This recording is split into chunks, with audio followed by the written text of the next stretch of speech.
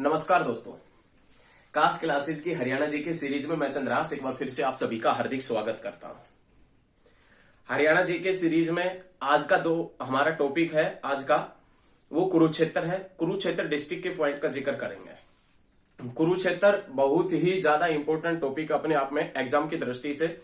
यहां से एक नहीं, कम से कम 2-3 क्वेश्चन एग्जाम में निकलते ही निकलते हैं कुरुक्षेत्र से। प्रत्येक एग्जाम में क्वेश्चन पूछा जाता है कौन से डिस्ट्रिक्ट से, कुरुक्षेत्र डिस्ट्रिक्ट से।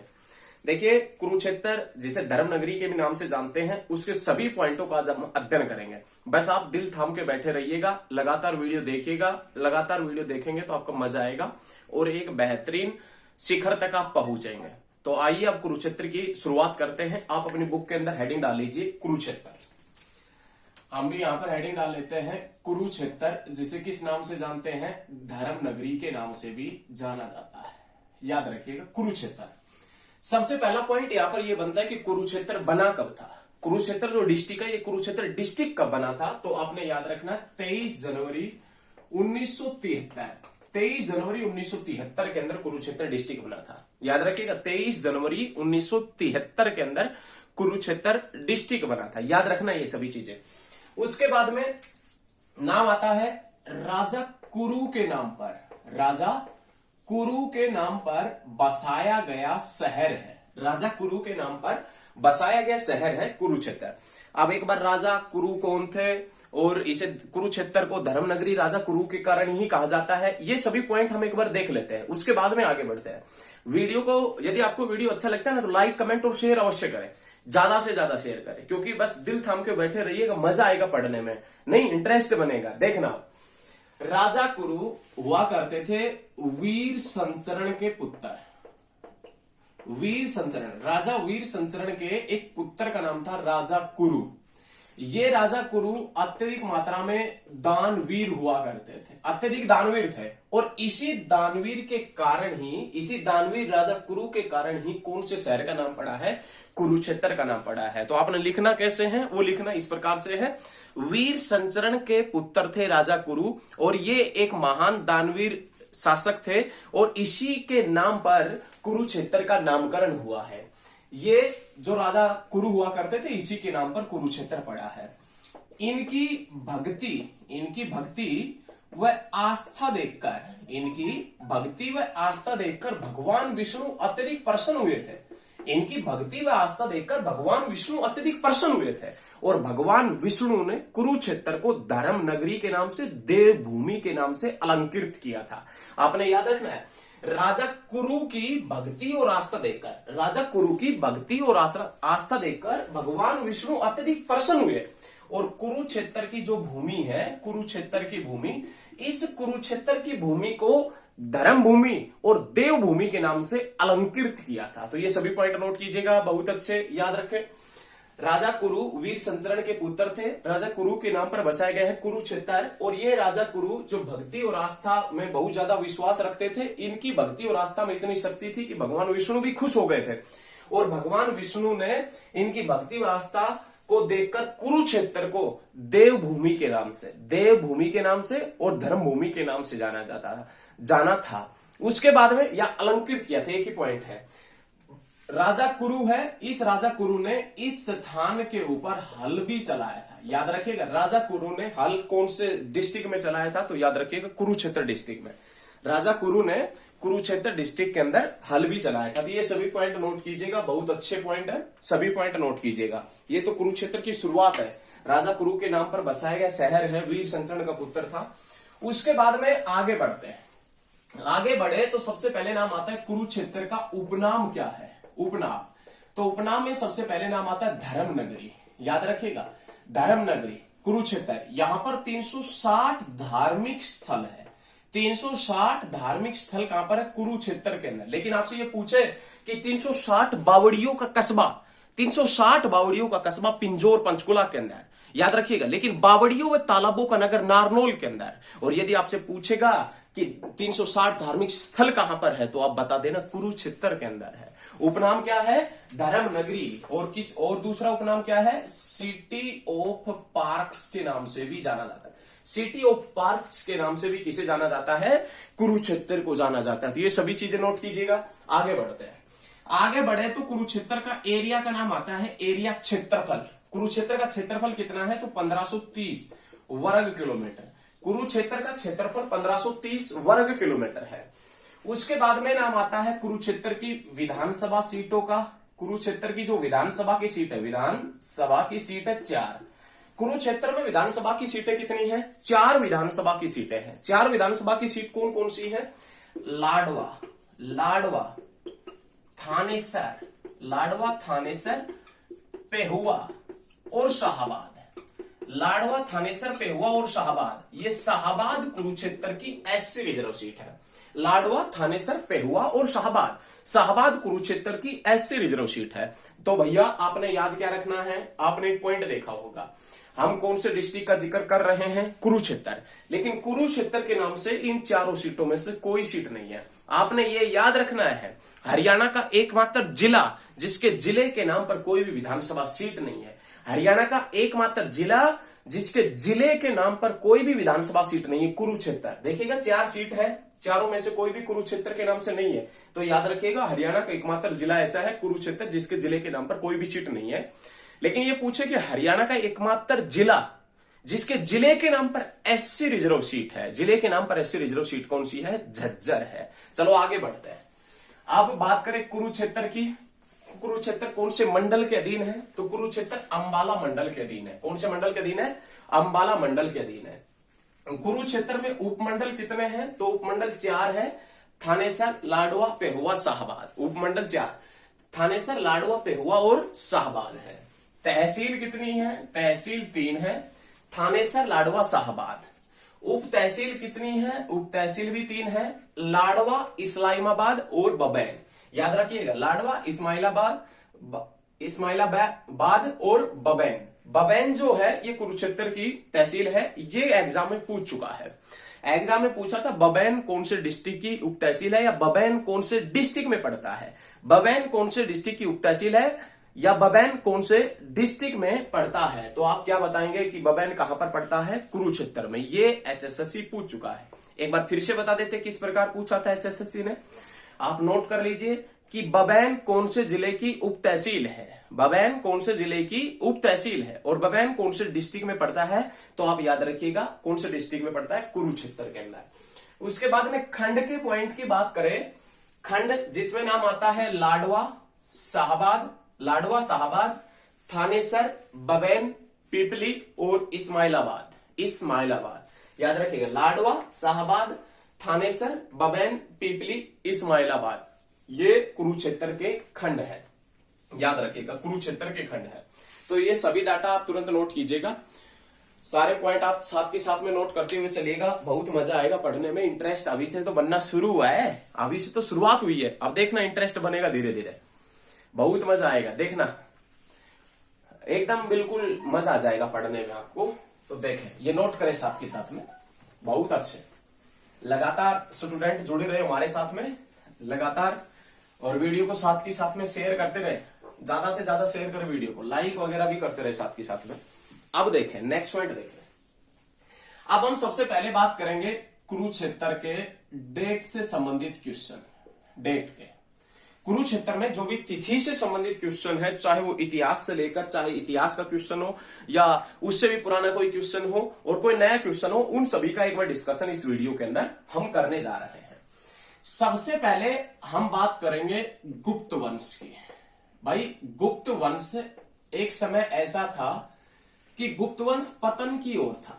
मतलब गुप्त वंश की धीरे धीरे क्या हो रही थी? समाप्ति हो रही थी। अब जैसे ही गुप्त वंश की समाप्ति हुई, काफी राजवंश उभर कर सामने आए। गुप्त वंश की जैसे ही समाप्ति होती है, गुप्त वंश के बाद में काफी राजवंश उभर कर सामने आए। इन राजवंशों में से एक वंश हुआ करता था पुष्यभूति वंश। पुष्यभूति वंश। गुप्त वंश की समाप्ति के बाद में थानेसर के अंदर एक वंश की स्थापना हुई, और वो वंश कौन सा था? तो आप याद रखिएगा, वो वंश हुआ करता था पुष्यभूति वंश। अब क्वेश्चन ये बनता है कि पुष्यभूति वंश के संस्थापक कौन थे? तो पुष्यभूति वंश के जो संस्थापक थे वो खुद स्वयं पुष्यभूति थे। पुष्यभूति वंश के जो संस्थापक थे वो स्वयं पुष्यभूति ही थे। याद रखिएगा, पुष्यभूति वंश के संस्थापक कौन थे? पुष्यभूति थे, याद रखिएगा। ये पुष्यभूति क्या पहले एक अच्छे सैनिक थे या सेनापति थे, या एक पहले ही राजा वगैरह हुआ करते थे उसके बाद में वंश की नींव रख दी, या अत्यधिक शक्तिशाली व्यक्ति थे? तो आप याद रखिएगा पुष्यभूति गुप्त वंश की सेना के अंदर सेनापति हुआ करते थे। क्वेश्चन आपने नोट करना है, आपने अपनी बुक के अंदर क्या लिखना है वो देखें। गुप्त वंश के सेनापति, गुप्त वंश के सेनापति पुष्यभूति ने थानेसर में एक स्वतंत्र वंश की नींव डाली और उस वंश का नाम क्या हुआ करता था? पुष्यभूति वंश हुआ करता था। ये आपने नोट करना है। फिर से एक बार सुन लीजिए। गुप्त वंश के सेनापति पुष्यभूति ने थानेसर में एक पुष्यभूति वंश की नींव डाली। इस पुष्यभूति के बाद में पुष्यभूति वंश का संस्थापक कौन हुआ? पुष्यभूति। अब पुष्यभूति वंश में पुष्यभूति जब राजा था तो इसके बाद में 3 राजा और बने थे, और 3 राजा बनने के बाद में इसका जो साम्राज्य किसके हाथों आ गया था? तो आप याद रखिएगा प्रभाकर वर्धन के हाथों में आ गया था। क्वेश्चन एग्जाम में यह भी पूछा गया है, क्वेश्चन एग्जाम में एक बार यह भी पूछा गया है कि पुष्यभूति वंश को बाद में किस नाम से जाना गया था? तो आप याद रखिएगा वर्धन वंश के नाम से। देखिए समझने में थोड़ा कठिनाई हो सकता है, जो भी चीजें अच्छी समझने लायक होती है ना उसको समझने में दिक्कत होता ही है। जो भी चीजें अच्छी होती है उनको समझने में दिक्कत होता है। जैसे अच्छी बुकें होती है तो उनको पढ़ने में भी दिक्कत होता है, अच्छे लोगों को समझने में भी दिक्कत होता है। तो अच्छी जो पढ़ाई है उसको समझने में भी थोड़ा सा दिक्कत हो सकता है। पुष्यभूति वंश को बाद में वर्धन वंश के नाम से भी जाना गया था। ये एचएसएससी क्वेश्चन पूछ चुका है, और जो हम बताते हैं एचएसएससी ने क्वेश्चन पूछा ये हकीकत में पूछा है, क्योंकि आपने भी एग्जाम दिए होंगे उसमें आप भी देख सकते हैं। पुष्यभूति वंश को बाद में वर्धन वंश के नाम से जाना गया था, ये पॉइंट आप नोट कर लीजिए। पुष्यभूति जो शासक था जिसने पुष्यभूति वंश की नींव डाली थी, इस पुष्यभूति शासक के बाद में 3 राजा और बने थे, और 3 राजा बनने के बाद में राजा कौन बना था? प्रभाकर वर्धन। प्रभाकर वर्धन राजा कब बने थे? तो 580 ईस्वी के अंदर प्रभाकर वर्धन राजा बने थे। कौन से वंश के शासक थे? वर्धन वंश के। ये हम पहले बता चुके हैं कि पुष्यभूति वंश को किस नाम से जाना गया था? वर्धन वंश के नाम से जाना गया था। अब एक बार हम प्रभाकर वर्धन से इसकी शुरुआत करते हैं ऊपर से अच्छे तरीके से, उसमें देखें तो ये चीजें याद रखिएगा। पुष्यभूति जो वंश है उसको बाद में किस नाम से जाना गया था? वर्धन वंश के नाम से भी जाना गया था। तो देखें प्रभाकर वर्धन राजा बने। प्रभाकर वर्धन वर्धन वंश के जो हुआ करते थे राजा, वर्धन वंश के, ये प्रभाकर वर्धन राजा कब बने? 580 ईस्वी में। उसके बाद में हर्षवर्धन का जन्म हुआ। हर्षवर्धन का जन्म हुआ कब? तो याद रखिएगा हर्षवर्धन का जन्म हुआ 590 ईस्वी में। हर्षवर्धन का जन्म कब हुआ? 590 ईस्वी में। इस प्रभाकर वर्धन के 3 संतान हुआ करती थी। प्रभाकर वर्धन जो है इसके कितनी संतान थी? तो आप याद रखिएगा 3 संतान थी। प्रभाकर वर्धन के 3 संतान थी। 3 संतान कौन कौन सी थी? तो जिसमें एक तो हुआ करती थी लड़की और 2 हुआ करते थे लड़के। 2 लड़के थे। लड़कों में जिसमें नाम आता है राज्यवर्धन का, और जिसमें नाम आता है किसका? हर्षवर्धन का नाम आता है। ये 2 तो लड़के थे, और लड़की जो हुआ करती थी वो कौन हुआ करती थी? राज्यश्री। ये लड़की हुआ करती थी। कहने का मतलब राज्यवर्धन और हर्षवर्धन की बहन का नाम था राज्यश्री। यही तो हुआ भाई। प्रभाकर वर्धन वर्धन वंश के राजा बने 580 ईस्वी में। हर्षवर्धन का जन्म हुआ 590 ईस्वी में। हर्षवर्धन के भाई थे राज्यवर्धन और इसकी बहन थी राज्यश्री। प्रभाकर वर्धन की 3 संतानें थी, एक लड़की 2 लड़के, एक लड़की राज्यश्री और 2 लड़के राज्यवर्धन और हर्षवर्धन हुआ करते थे। याद रखिएगा। उसके बाद में क्वेश्चन ये बनता है जो ये राज्यश्री है, इस राज्यश्री का विवाह किसके साथ में हुआ था? तो याद रखिएगा राज्यश्री का विवाह हुआ था कन्नौज के मोखरी राजा ग्रहवर्मन के साथ में। याद रखिएगा राज्यश्री का जो विवाह हुआ कन्नौज के मोखरी राजा ग्रहवर्मन के साथ में इनका विवाह हुआ। कहने का मतलब ये हर्षवर्धन के और राज्यवर्धन के जीजाजी थे। ऐसा ही है ना, हर्षवर्धन और राज्यवर्धन के जीजाजी कौन थे? तो ग्रहवर्मन, ये इनके जीजाजी हुआ करते थे। अब होता क्या है कि 605 ईस्वी के अंदर 605 ईस्वी में शासक बनता है वर्धन वंश का कौन? राज्यवर्धन शासक बना। कौन बना? राज्यवर्धन शासक बना। राज्यवर्धन शासक तब बना जब प्रभाकर वर्धन की डेथ हो गई थी। तो कहने का मतलब प्रभाकर वर्धन की मृत्यु के बाद, प्रभाकर वर्धन की मृत्यु के बाद थानेसर का सम्राट या वर्धन वंश का सम्राट कौन बना? राज्यवर्धन बना। राज्यवर्धन जो कब बना? 605 में। अब राज्यवर्धन की मृत्यु हो जाती है 606 में, और शासक कौन बनता है? तो आप याद रखिएगा, हर्षवर्धन शासक बनता है। अब हम आपसे हर्षवर्धन का ये पॉइंट समझने से पहले राज्यवर्धन की मृत्यु का पॉइंट समझे। भाई हुआ क्या कि बंगाल का एक शासक हुआ करता था, बंगाल का एक शासक हुआ करता था जिसका नाम था शशांक। बंगाल का शासक शशांक, और मालवा का एक शासक हुआ करता था देवगुप्त। मालवा का शासक देवगुप्त और बंगाल के शासक शशांक ने हर्षवर्धन की बहन और हर्षवर्धन के जो जीजाजी थे उनको बंदी बना लिया। कहने का मतलब हर्षवर्धन की बहन राज्यश्री और ग्रहवर्मन को बंदी बना लिया। अब बंदी बना लिया, ये राज्यवर्धन के शासनकाल की बातें हैं। राज्यवर्धन को जब इस बात का पता चला कि तुम्हारी बहन और तुम्हारे जीजाजी बंदी बना लिए गए हैं, तो राज्यवर्धन उनको छुड़ाने के लिए जाते हैं। लेकिन उस समय तक कन्नौज के जो राजा हुआ करते थे, मोखरी राजा ग्रहवर्मन, उसकी हत्या कर दी जाती है। हत्या कौन करता है? तो बंगाल का शासक शशांक और मालवा का शासक देवगुप्त, उन दोनों उसकी हत्या कर देता है। किसकी हत्या कर देता है? ग्रहवर्मन की हत्या कर देता है।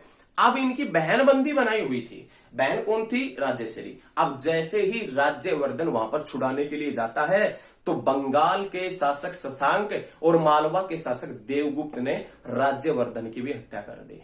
राज्यवर्धन की भी हत्या कर दी। दोनों ने पहले तो ग्रहवर्मन की हत्या की, ये छुड़ाने के लिए गया तो भाई साहब, या उन दोनों स्थानों को जीतने के लिए गया, तो शशांक और देवगुप्त ने दोनों की इसकी भी हत्या कर दी साथ में। अब जैसे ही इसकी हत्या हुई, शशांक और देवगुप्त ने किसके ऊपर अधिकार कर लिया? तो आप याद रखिएगा, कन्नौज के ऊपर अधिकार कर लिया। अब डेथ राज्यवर्धन की भी हो चुकी थी।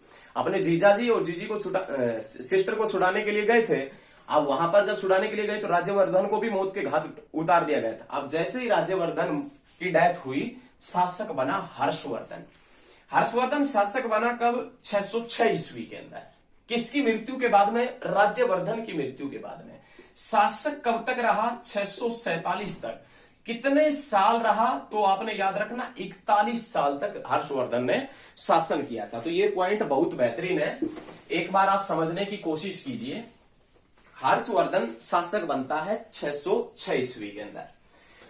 हर्षवर्धन शासक रहता है 647 में, 647 तक, और कितने साल तक रहता है? 41 साल तक। पहला पॉइंट ये नोट कीजिए कि हर्षवर्धन प्रत्येक 5 साल में इलाहाबाद प्रयागराज के अंदर एक धार्मिक सभा करता था, और जितना भी धन कमाता था वो सारा धन दान कर दिया करता था प्रत्येक 5 साल में। तो 41 साल में लगभग कितनी बार की थी इन्होंने धार्मिक सभाएं? 8 बार इन्होंने धार्मिक सभाएं की होगी, याद रखिएगा।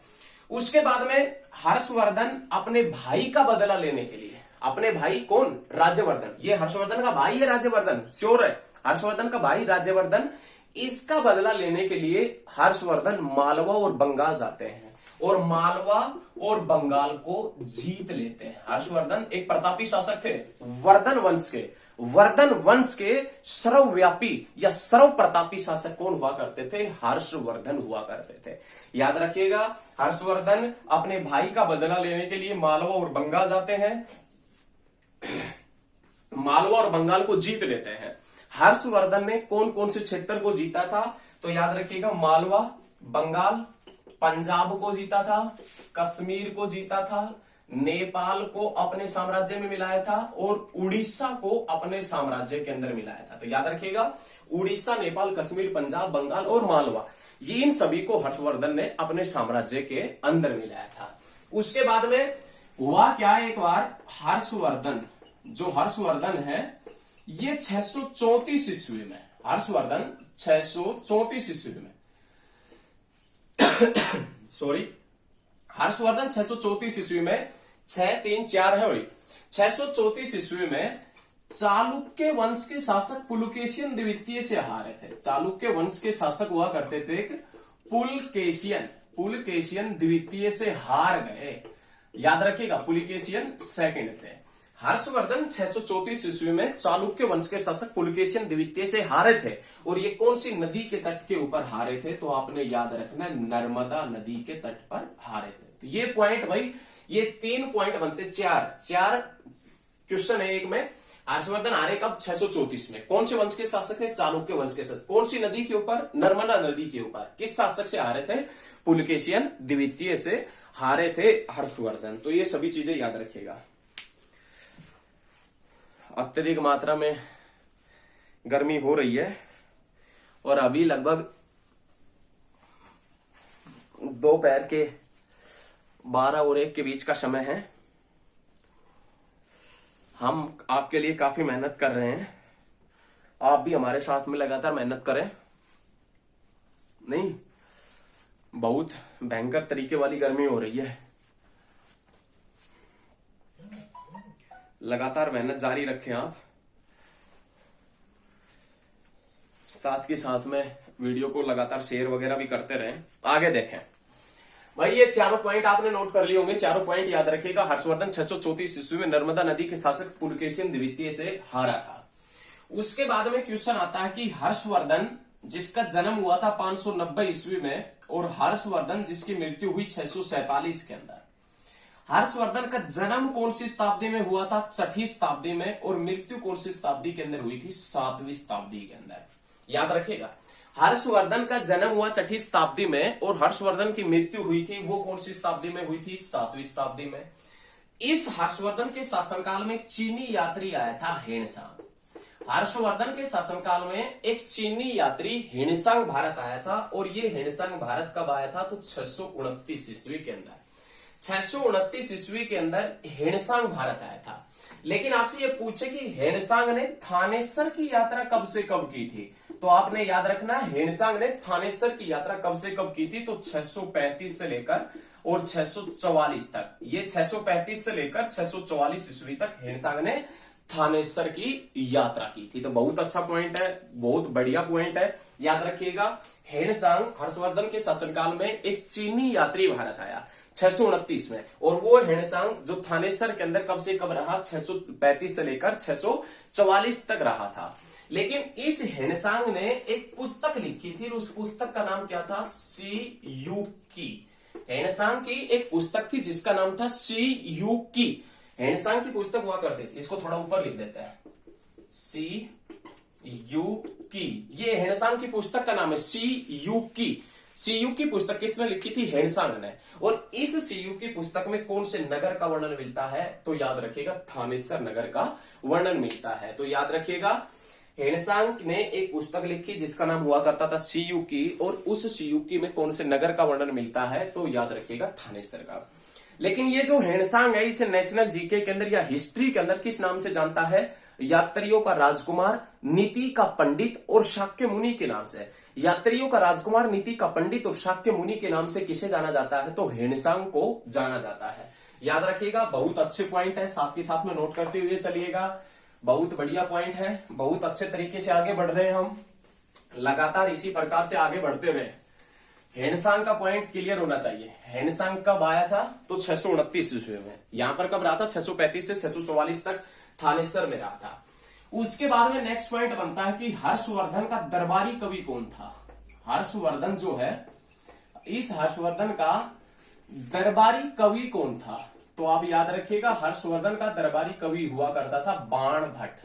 ये हर्षवर्धन का दरबारी कवि था और इन्होंने हर्ष की जीवनी लिखी थी। और हर्ष की जीवनी जिसका नाम क्या है? तो आप याद रखिएगा, हर्षचरित्र। याद रखिएगा, हर्षचरित्र या हर्षचरित्र किसने लिखी थी? बाण भट्ट ने। बाण भट्ट किसका दरबारी कवि हुआ करता था? हर्षवर्धन का हुआ करता था, याद रखिएगा।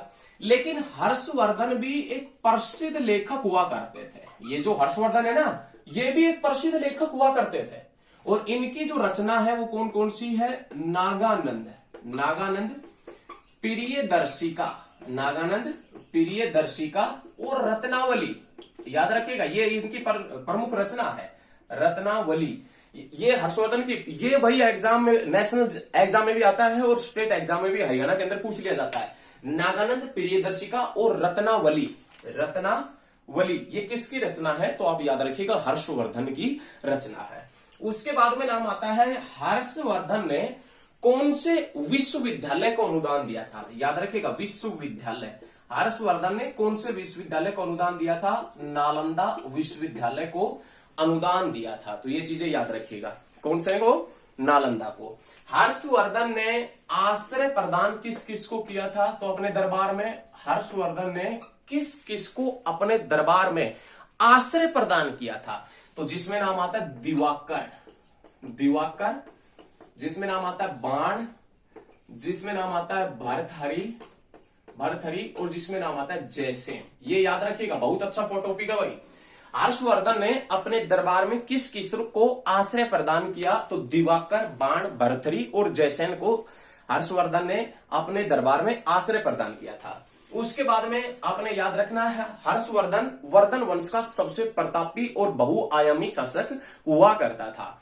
और उसके बाद में वर्धन वंश के अंत के बाद में, वर्धन वंश के अंत के बाद में, जैसे ही वर्धन वंश का अंत हुआ, हरियाणा के अंदर, हरियाणा में यदु और कुरु शक्तियों का जन्म हुआ। यदु व कुरु शक्तियों का, यदु व कुरु शक्तियों का जन्म होता है। याद रखिएगा, ये पॉइंट नोट कीजिए।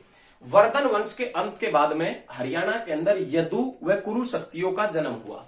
कुरु शक्तियां जो कौन से क्षेत्र के ऊपर अपना अधिकार रखती थी? तो आप याद रखिएगा कुरुक्षेत्र के पास में, और यदु जो हरियाणा के दक्षिण पश्चिम दिशा के अंदर अपना शासन करती थी।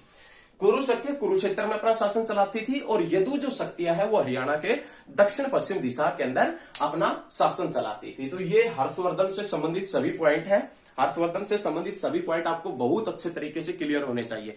कोई भी पॉइंट नहीं छोड़ा है जो एग्जाम में पूछा जाएगा, सभी पॉइंट आपको याद रहने चाहिए। साथ के साथ में इन पॉइंटों को लिखते हुए चलिएगा, साथ के साथ में पॉइंटों को नोट करें। बहुत अच्छे पॉइंट है, कोई भी पॉइंट छूटने नहीं देंगे। उसके बाद में देखें, नेक्स्ट पॉइंट देखें। उसके बाद में ये तो हमने जिक्र किया है 6ठी शताब्दी का, 7वीं शताब्दी का।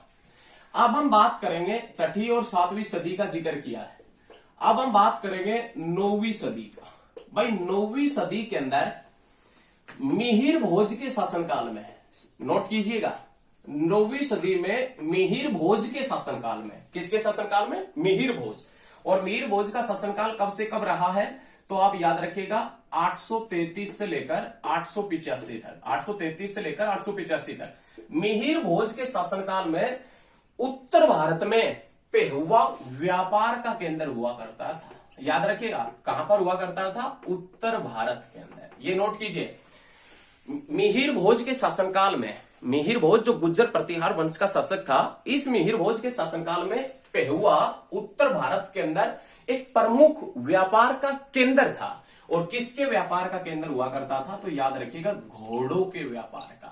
ये क्वेश्चन आपने लिखना किस प्रकार से है? वो लिखना इस प्रकार से है कि मिहिर भोज के शासनकाल में, मिहिर भोज के शासनकाल में 9वीं सदी में घोड़ों के व्यापार का प्रसिद्ध केंद्र कौन सा हुआ करता था? पेहुआ। और पेहुआ कौन से डिस्ट्रिक्ट के अंदर पड़ता है? तो आप याद रखिएगा कुरुक्षेत्र के अंदर पड़ता है। उसके बाद में महेंद्रपाल, महेंद्रपाल से संबंधित 9वीं सदी के अभिलेख कहां से मिले हैं? तो आपने याद रखना है पेहुआ से। उसके बाद में याद रखना है भोजदेव से संबंधित अभिलेख, भोजदेव से संबंधित अभिलेख कहां से मिले हैं? भोजदेव से संबंधित अभिलेख कहां से मिले हैं? तो आपने याद रखना है पेहुआ से। तीनों क्वेश्चन बहुत इंपॉर्टेंट है। 9वीं सदी के भोजदेव से संबंधित अभिलेख कहां से मिले हैं? पेहुआ से। महेंद्रपाल से संबंधित 9वीं सदी के अभिलेख कहां से मिले हैं? पेहुआ से। और 9वीं सदी में मिहिर भोज के शासनकाल के दौरान उत्तर भारत में बड़ा व्यापार का केंद्र होता था पेहुआ। और किसके व्यापार का केंद्र होता था? घोड़ों के व्यापार का केंद्र होता था। लेकिन अश्व अनुसंधान केंद्र हिसार में है, अश्व अनुसंधान केंद्र हिसार में है, जो 1986 के अंदर बना था। तो ये चीजें याद रखिएगा, नोट कीजिए। मजा आ रहा है ना पढ़ने में? मजा आ रहा है तो लाइक कमेंट और शेयर कर दीजिए। नहीं, और आप कमेंट में, भाई शक्तिशाली आदमी हैं आप कमेंट में अवश्य बता दें कि वीडियो ठीक बन रहा है या नहीं बन रहा। हम पूरा फोर्स लगा रहे हैं, अच्छी ताकत लगा रहे हैं आपको समझाने के लिए, वीडियो बेहतरीन बनाने के लिए। और आपका बस एक कमेंट हमारा हौसला बढ़ा देगा। तो कमेंट में आप बता दें कि वीडियो कैसी बन रही है और आपको कैसी लग रही है। हम बेहतरीन प्रयास कर रहे हैं आपके लिए। तो ये पॉइंट नोट कीजिए आप साथ के साथ में। उसके बाद में देखें, उसके बाद में नेक्स्ट पॉइंट देखें,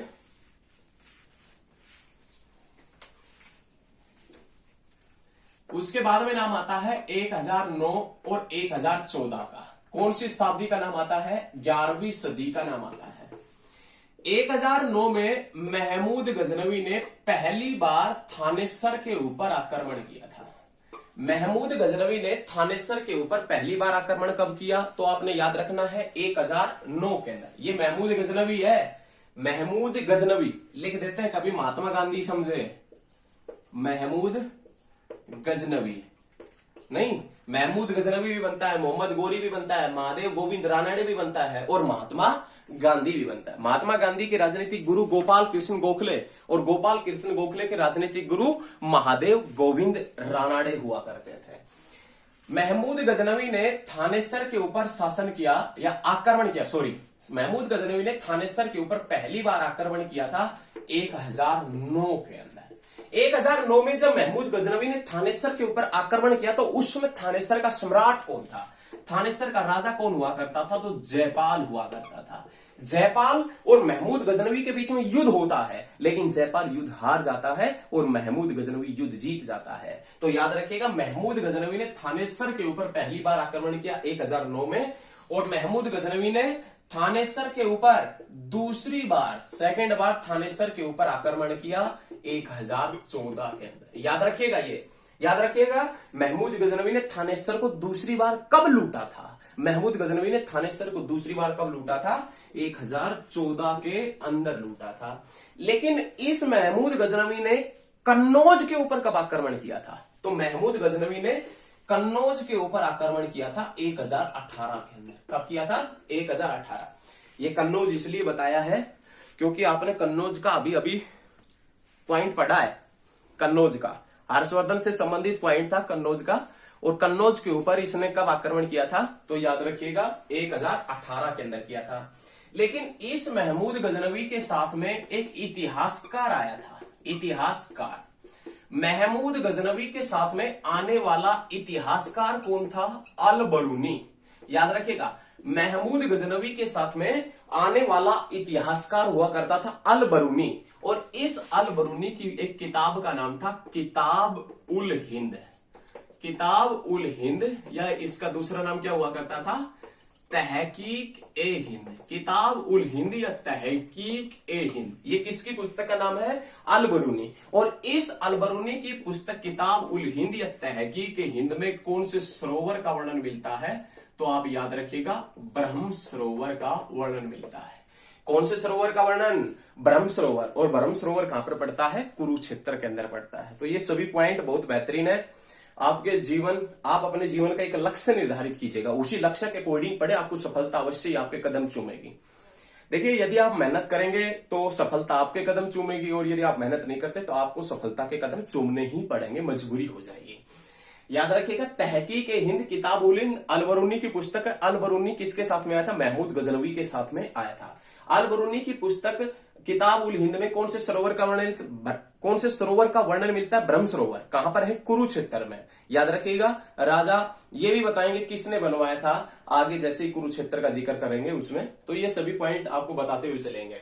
आज के लिए इस वीडियो में इतना ही करेंगे, और हम जल्द ही आपको एक वीडियो देंगे, उसके अंदर कुरुक्षेत्र का जिक्र करेंगे। यदि आपको वीडियो अच्छा लगता है तो लाइक, कमेंट, शेयर अवश्य करें। मिलते हैं बहुत जल्द नेक्स्ट क्लास में। धन्यवाद।